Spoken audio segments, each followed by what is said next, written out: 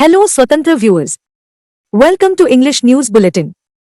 I am Mahima, bringing you the latest updates. The blaring of loudspeakers fell silent as the curtains came down on Tuesday on the campaign for assembly elections in Telangana. A total of 3,17,17,389 voters will decide the fate of 2,290 candidates in the polling that is scheduled to take place on 30th November. The total number of electors in the final rolls is 3,17,17,389 voters, out of whom 1,58,71,493 are males, 1,58,43,339 females, and 2,557 belong to the third gender. There was a net 5.8% increase in the number of voters. The ruling Bharat Rashtra Samiti or BRS, BJP and Congress fielded candidates in all 119 constituencies. The officials of the Election Commission of India said that all arrangements for the Telangana Assembly polls are complete for the voting day scheduled for 30th November. Prohibitory orders are in place. Chief Minister K. Chandrasekhar Rao is contesting from two assembly constituencies of Gajwal and Kamareddy. The BJP fielded its MLA Itla Rajender from Gajwal against the Chief Minister. Telangana Pradesh Congress Committee President A. Revant Reddy is contesting against the Chief Minister in the Kamareddy constituency. In the last assembly elections in 2018, the Bharat Rashtra Samiti, BRS, previously known as Telangana Rashtra Samiti, TRS, won 88 of the 119 seats, securing 47.4% of the total vote share. 5 lakh staff are engaged in poll duties for 30th November assembly polls, the Chief Electoral Officer said. Law enforcement agencies seized cash, gold, liquor, and freebies, among others, all worth over 709 crore rupees in poll-bound Telangana, ever since the Model Code of Conduct came into force in the state on 9th October. Home voting మీకు తెలుసు, ఈసారి first time చేయడం జరిగింది. Total నిన్న వరకు 27,178 absentee ఓటర్స్కి home voting చేయడం జరిగింది. ఇందులో సీనియర్ సిటిజన్స్ 15,999 ఉన్నారు, పీడబ్ల్యూడీస్ 9,459 ఉన్నారు, ఎసెన్షియల్ సర్వీసెస్ వాళ్ళు 1,720 ఉన్నారు. ఈటీపీబీఎస్కు వస్తే సర్వీస్ ఓటర్స్ కోసం దాంట్లో కూడా ఆల్రెడీ 10,191 మంది డౌన్లోడ్ చేసుకున్నారు. అందులో whoever actually cards the vote and sends it should reach the polling station, the counting station by 7:59 on 3rd morning. Thalassemia and Sickle Cell Society, TSCS, Hyderabad has issued an urgent appeal for blood donations amidst a critical shortage that has been exacerbated by the ongoing elections campaign. Thalassemia patients, reliant on regular blood transfusions to maintain their health, are facing unprecedented difficulties in accessing the vital resource due to the current circumstances surrounding the electoral process. The TSCS usually upholds 600 to 700 units of blood anytime, which includes all kinds of blood groups. And now during this electoral season, they only have 100 units of blood, in which few blood groups are not available at all. Thalassemia, a genetic blood disorder, requires frequent blood transfusions for affected individuals to lead a normal life. However, the availability of blood for transfusions has been severely impacted by this electoral season. Hospitals and blood banks are experiencing a significant decline in blood donations, leading to an alarming scarcity that directly affects the lives of those with thalassemia. CEO and Secretary of Thalassemia and Sickle Cell Society Dr. Suman Jain expressed deep concern over the situation, stating, "The shortage of blood for transfusions is a critical issue that directly affects the health and well-being of thalassemia patients." Educational institutions in Hyderabad district will remain closed on November 29th and 30th in view of the upcoming state assembly elections. Hyderabad District Collector Anudeep Durishetty announced the holiday for all educational institutions in Hyderabad. Schools and colleges will reopen on 1st December. The government is likely to consider introducing appropriate legal safeguards for healthcare workers in the wake of incidents of violence against them by the relatives or attendants of patients, according to a parliamentary panel. The Parliamentary Standing Committee on Home Affairs headed by BJP member Brij Lal, which examined the proposed 3 criminal laws, discussed memoranda submitted by various medical associations requesting it to introduce provisions under Clause 115 of the Bharatiya Nyaya Sanhita, BNS, to penalize acts of violence against healthcare service personnel. The committee, in its report, said it was submitted before the panel that unlike in any other professions, healthcare professionals are vulnerable to violent attacks by relatives of patients, in cases where patients die during treatment. Such violent attacks against healthcare personnel are prevalent throughout the country, and there is a need to provide some legal safeguards for the benefit of healthcare workers, the medical associations told the committee. The Union Home Ministry said the general penal provisions are applicable to all and no distinction is made in the penal laws for any class of person. Everyone is equal in the eyes of law, the Home Ministry stressed. The state is duty-bound to protect life all its citizens, including doctors and professionals like media persons, advocates, bankers, chartered accountants, etc.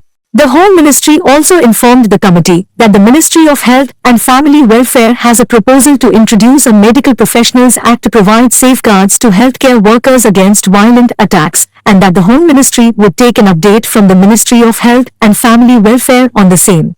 The Supreme Court on Tuesday refused to entertain the bail plea of DMK Minister V. Senthil Balaji, who was arrested by the Enforcement Directorate in a money laundering case. Balaji was seeking the bail on health grounds. The top court was hearing an appeal against an order of the Madras High Court which dismissed his bail plea on 19 October, saying he was likely to influence witnesses if enlarged on bail. An apex court bench of Justices Bela M. Trivedi and C. Sharma, after perusing the health reports, said there was nothing serious in his health condition and granted liberty to Balaji to approach the trial court to seek regular bail. Any observation made in the interim order against the petitioner on merits shall not come in the way of the petitioner in filing regular bail application, the bench said. As the bench expressed disinclination to entertain the matter, the plea was withdrawn and the matter was dismissed as withdrawn. Balaji was arrested on 14 June by the ED in connection with a money laundering case linked to a cash for jobs scam when he was the transport minister during the earlier AIDMK regime. Karnataka Deputy Chief Minister D.K. Shivkumar on Tuesday said that the state government's advertisements about its work in newspapers in poll-bound Telangana do not violate any rules, as they did not ask for votes. He said the government would respond to the Election Commission's letter on this. The BJP on Monday had lodged a complaint with the Election Commission in the matter, alleging that the Congress violated the Representation of the People Act and the Model Code of Conduct with its government in Karnataka publishing advertisements in Telangana media with an eye on 30th November Assembly polls there. The Election Commission on the same day asked the Congress government in Karnataka to stop publishing advertisements about its work in newspapers Telangana and sought an explanation from it for not seeking prior approval as mandated under the Model Code of Conduct, MCC. Speaking to reporters in Bangalore, Shivkumar said that the advertisements were only aimed at projecting the work done by the Karnataka government amid claims by opposition parties that it did not implement any of its guarantee schemes. Whatever work has been done was just presented in newspapers in various states, he said. In a letter to the Karnataka Chief Secretary, the Election Commission said the state government did not obtain prior approval from it for publishing the advertisements, and that its action was violative of the poll code instructions issued to the central and state governments years ago. The Telangana Assembly polls will be held on 30th November. Votes will be counted and results declared on 3rd December. The Supreme Court postponed the hearing on the APCID special leave petition seeking the cancellation of M. Chandrababu Naidu's bail in the skill development scam case to 8th December. Justices Bela Trivedi and Satish Chandra Sharma cautioned both parties against making public comments on the sub judice case. The apex court affirmed that the bail conditions set by the High Court earlier remain applicable. The CID clarified that Naidu was on interim bail with conditions, and the APHC made it absolute without any conditions. The Supreme Court directed Naidu to adhere to the bail conditions until the next hearing, filing a counter against CID's petition by 8th December. Chief Minister Y.S. Jagan Mohan Reddy inaugurated 12 new Aptransco substations and laid the foundation stone for 16 more across the state. Additionally, he marked the beginning of a 750 megawatt solar power project in Kadapa and a 100 megawatt solar power project in Anantapur, together valued at 6,600 crore rupees. The government also formalized an MoU with HPCL for establishing solar and wind energy plants comprising 500 megawatts each and a 250 megawatts PSP plant with a substantial investment of 10,000 crore rupees, creating employment opportunities for 1,500 individuals. The exchange of more copies took place in the presence of the Chief Minister. Speaking virtually from the camp office, the Chief Minister emphasized the government's commitment to providing quality power to all regions in the state. He dedicated the newly inaugurated substations to serve the local communities. ఈ చింతూరు, విఆర్పురము, కూనవరము, ఏటిపాక ఆ గ్రామాలకు విలీన మండలాలలో తిరుగుతూ ఉన్నప్పుడు వాళ్ళకి transmission సమస్య వల్ల ఈ సబ్స్టేషన్ కెపాసిటీ లేకపోవడం వల్ల ఏదైతే వాళ్లకు కరెంటు ఇబ్బందిగా ఉంది అని చెప్పిన ఆ పరిస్థితులను కూడా ఆ రోజు మాట చెప్పడం, ఆ మాట ప్రకారం సబ్స్టేషన్ నిర్మాణం వెంటనే చేయించడం, ఈరోజు దానిని ప్రాంత ప్రజలకు దాన్ని అంకితం చేస్తూ ఈరోజు ఇనాగ్రేట్ చేసే కార్యక్రమం కూడా జరుగుతూ ఉంది. 12 సబ్స్టేషన్లు 620 కోట్ల రూపాయలతో 12 సబ్స్టేషన్లకు సంబంధించి ఈరోజు ప్రారంభించడం జరుగుతూ ఉంది. అదే రకంగా 16 సబ్స్టేషన్లు 2479 కోట్ల రూపాయల పెట్టుబడులతో ఈరోజు ఫౌండేషన్ స్టోన్ కూడా శంకుస్థాపన చేయడం కూడా జరుగుతూ ఉంది. ఒకవైపున ట్రాన్స్మిషన్ కెపాసిటీస్ ను ఒకవైపున విస్తరించుకుంటూ పోతూ, ఒకవైపున పవర్ కరెంట్ అన్నది క్వాలిటీ పవర్ ప్రతి ప్రాంతానికి, ప్రతి గ్రామానికి కూడా, ప్రతి రైతన్నకు కూడా ఇచ్చే పరిస్థితి, ఇచ్చే వ్యవస్థను ఒకవైపున క్రియేట్ చేస్తూ, ఆ క్రియేట్ చేసే కార్యక్రమంలో నాకు బాగా గుర్తుంది 132 kV సబ్స్టేషన్ ఈ రోజు ప్రారంభించుకున్నాం. అందరికీ తెలిసిన విషయమే, జగన్మోహన్ రెడ్డి గారి నాయకత్వంలో నిరంతర విద్యుత్ ఇవ్వాలి, నాణ్యమైన విద్యుత్ ఇవ్వాలి. ఎందుకంటే ఈ రోజు నిత్యావసరాలు, తాగునీరు, తిండి, మరి ఇళ్ళు, పట్ట ఎంత ముఖ్యమైనదో, ప్రతి మనిషికి విద్యుత్ అంత ముఖ్యమైపోయింది. ప్రతి అవసరం, నీళ్లు భూమి నుంచి తీయాలంటే బోరు, బోరుకి కరెంటు, ఫ్యాన్, లైటు లేదు, ప్రతి విషయం మాది జీవన ప్రమాణాలు మారిపోయినాయి. నా చిన్నప్పుడు నాకు గుర్తు, ఎండాకాలం వస్తే నా సోపేటలో దాదాపు పొద్దునపూట కరెంట్ ఉండేది కాదు, ఎవ్వరు అడిగేవాడు కూడా కాదు. ఎందుకంటే అప్పుడు పరిస్థితులు అది భారతదేశం. ఈ రోజున మారుమూల గ్రామంలో ఒక అరగంట కరెంటు పోయినా డైరెక్ట్ గా ఎమ్మెల్యే ఫోన్ చేస్తారు, ఈసారి కరెంటు పోయినట్టారు. అసలు ఎన్ని దూరంకి వెళ్తాం మేమైనా, బట్ అంత జవాబుదారీ పెరిగిపోయింది, అంత అవసరాలు పెరిగిపోయింది. The YSRCP Samajika Sadhikara Yatra continues with unwavering energy on its 23rd day at Nellimalla in Vizianagaram district. The Yatra aims to highlight Chief Minister Y.S. Jagan's initiatives in advancing welfare programs for SC, Cent, BC, minority communities, and women. Under the leadership of MLA Dulam Nageshwar Rao, the Yatra started with YSRCP leaders gathering for discussions at a private function hall at noon. The procession commenced from the function hall, leading to a public meeting at the market center. Ministers Karumuri Nageshwar Rao, Vidyala Rajini, Jogi Ramesh, Pinip Vishwaroop, and MP Mopidevi Venkatramana participated in the program. In Nellimalla, guided by MLA Baddukonda Appalanaidu, the Yatra included a media conference of YSRCP leaders at a private function hall in Vizianagaram. The day's schedule involved a visit to the Kondvegada village secretariat, a rally to Nellimalla, and a public meeting at 3 p.m. Ministers Appal Raju, Rajanna Dora, Budi Muthaila Naidu, and former Minister Pushpa Srivani participated in the meeting.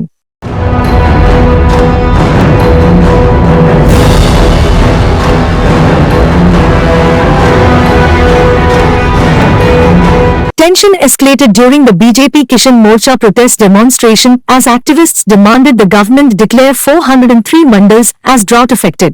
They laid siege to the Agriculture Commissioner's office, leading to a confrontation with the police. The police arrested BJP Kishan Morcha leaders, prompting condemnation from State President Chigurupti Kumaraswamy, who questioned the government's response to the drought declaration issue. Nara Lokesh, National General Secretary of the Telugu Desam Party, has accused the YSRCP regime of turning Andhra Pradesh into the capital of Ganja. Lokesh, on the second day of his Padyatra in Konaseema district, interacted with students at Bhatnavalli. He highlighted that during Chandrababu Naidu's tenure as Chief Minister, AP was the job capital, contrasting it with the current YSRCP rule, where the state is allegedly the capital of Ganja. Lokesh also pledged support to aquaculture farmers if the TDP comes to power. Notably, YSRCP leaders, including Yeleswaram MPP Gollapalli Narsimha Murthy and Rothulpudi MPP Gantimalla Rajyalakshmi, joined the TDP in the presence of Lokesh.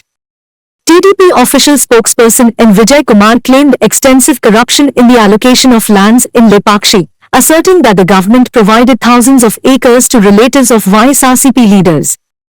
He criticized the allotment of 9,000 acres to YSRCP leaders' relatives for 482 crore rupees. Andhra రాష్ట్ర రాజధాని ఎక్కడ? పక్క రాష్ట్రం నుంచి ఎవరిని వచ్చి అడిగితే వాళ్ళకి ఏం సమాధానం చెప్తాం మనం? ఇప్పుడు మెడికల్ కాలేజీలు ఈ ప్రభుత్వం పెద్ద ఎత్తున కడుతుందని, కడతలో తప్పు కాదు, కట్టాలి, కానీ కనీసమైన మౌలిక సదుపాయాలు కల్పించాలి. రెండోది, దానికి కావాల్సిన స్టాఫింగ్ ఏర్పాటు చేయాలి. ఏది చేయకుండా కేవలం 2 బిల్డింగ్లు కడితే అది మెడికల్ కాలేజ్ కానే కాదు. సో అనాలోచితం వల్ల ఈరోజు ఈ ప్రభుత్వం తప్పుడు నిర్ణయాలు తీసుకుని మీలాంటి యువత భవిష్యత్తుని అంధకారంలో పెడుతుంది ఈ ప్రభుత్వం. కానీ ఒక మాట చెప్తున్నా, ఈ ప్రభుత్వ అధికారంలోకి వచ్చిన తర్వాత ఎవరైనా బాగుపడ్డారంటే అది లాయర్ సభ. దొంగ కేసులు, అందరి పైన లిటిగేషను, ఏం తప్పు చేయండి నన్ను కూడా, నా పైన కూడా సిఐడి కేసులు, సిఐడి ఆఫీస్కి వెళ్ళొచ్చా. సో వెరీ నోబెల్ ప్రొఫెషన్, బాగా చదవాలి, లాయర్స్ కి మంచి future ఉందబ్బా. BJP State President Daggubati Purandeswari lamented the alleged debt increase in Andhra Pradesh due to YSRCP's policies. She accused the YSRCP of permitting illegal mining in Vizianagaram and mistreating farmers reliant on Bhima Singh and Lachayapeta sugar factories. Purandeswari criticized the YSRCP's Samajika Bus Yatra, claiming the party lacked moral values. మా నినాదం ఏదైతే ఉందో సబ్కే సాత్ సబ్కా వికాస్ అంటే అందరినీ కలుపుకుంటూ ముందుకు వెళ్తామని, సంక్షేమాన్ని సాధిద్దామని, ఆ సబ్ అన్న పదంలో కులాలు, మతాలు, వర్గాలు అన్ని ఉన్నటువంటి సందర్భంలో అది మా నినాదం కాదు, అది మా విశ్వాసం అని చెప్పి మీ ద్వారా ప్రజలందరికీ కూడా మేము తెలియజేస్తున్నాం.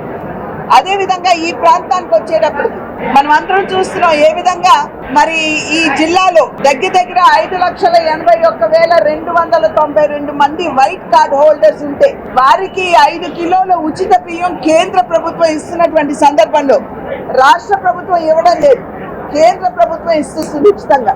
కానీ రాష్ట్ర ప్రభుత్వం ఏం చేస్తుంది, ఆ వ్యాన్లు ఏవైతే ఉంటాయో, రేషన్ డిస్ట్రిబ్యూట్ చేసేటువంటి వ్యాన్లు ఏవైతే ఉంటాయో వాటికి జగన్మోహన్ రెడ్డి గారి స్టిక్కర్లు అతికించుకుని వారు ప్రగల్భాలు పలుకుతున్నారు. కనుకనే మేము వైఎస్ఆర్సీపీ ప్రభుత్వాన్ని స్టిక్కర్ ప్రభుత్వం అని చెప్పి నామకరణ చేయడం జరిగింది. All 41 trapped workers have been brought out from the Uttarakhand tunnel on stretchers on day 17 of rescue operations. The NDRF and SDRF men will go inside the Uttarakhand tunnel and bring trapped workers out on wheeled stretchers one by one. Rat hole mining may be illegal, but the talent and experience of rat hole miners were used in the rescue operation to save the 41 workers trapped in the Silakyara tunnel, a National Disaster Management Authority member said on Tuesday. Officials said that rat hole miners did a phenomenal job by digging 10 meters in less than 24 hours. Rat hole mining may be illegal, but rat miners' talent and experience which is being used, it is their capability which is being used, he said in a media briefing here. The National Green Tribunal in 2014 imposed a ban on coal mining using the rat hole mining technique in Meghalaya. Rat hole mining involves digging narrow tunnels, usually 3 to 4 feet high, for workers to enter and extract coal. The horizontal tunnels are often termed rat holes, as each just about fits one person. Rescue workers on Tuesday drilled through the 60-meter stretch of the rubble of the collapsed Silakyara tunnel in which 41 workers have been trapped for the last 16 days, officials said. The construction workers remain trapped by a landslide since 12th November. Thank you for watching Swatantra TV English Bulletin. For a complete and comprehensive English news bulletin, please do watch Swatantra TV. This is Mahima, signing off for the day. Keep watching Swatantra TV.